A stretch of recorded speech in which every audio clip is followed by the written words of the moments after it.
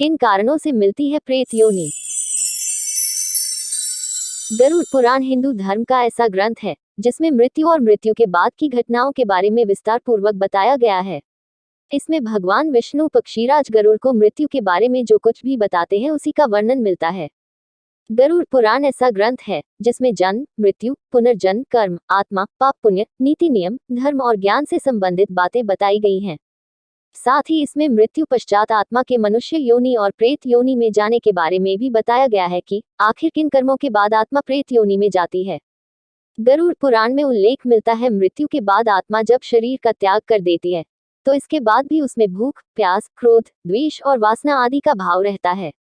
गरुड़ पुराण में कुल 84 लाख योनियों के बारे में बताया गया है। इसमें पशु योनि, पक्षी योनि, वृक्ष योनि, कीड़े मकोड़े की योनि और मनुष्य योनि आदि होते हैं।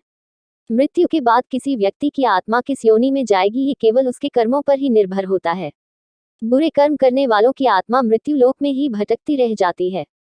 वहीं अगर किसी की मृत्यु दुर्घटना, हत्या या आत्महत्या आदि के कारण होती है, यानी आत्मा अपने शरीर को प्राकृतिक तरीके से नहीं त्यागती है, तो इससे आत्मा प्रेत योनि में चली जाती है। गरुड़ पुराण के अनुसार मृत्यु के बाद जिस आत्मा को शांति नहीं मिलती या आत्मा प्राकृतिक तरीके से अपने शरीर का त्याग नहीं करती, तो ऐसी स्थिति में वह प्रेत योनि में भटकती रहती है। इसलिए शास्त्रों में मृत्यु के बाद मृतक के पिंडदान और श्राद्ध के बारे में बताया गया है। नियमानुसार पिंडदान और श्राद्ध करने से पितरों की आत्मा को शांति प्रदान होती है।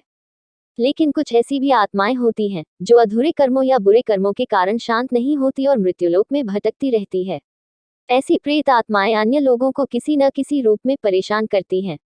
इसे हम आम बोलचाल में भूत, पिशाच या राक्षस आदि का नाम दे देते हैं। अगर यह कहानी आपको जरा सी भी अच्छी लगी हो तो अपने दोस्तों के साथ इस कहानी को शेयर करें, वीडियो को लाइक करके हमारे YouTube चैनल को सब्सक्राइब कर हमारा सपोर्ट करें। धन्यवाद।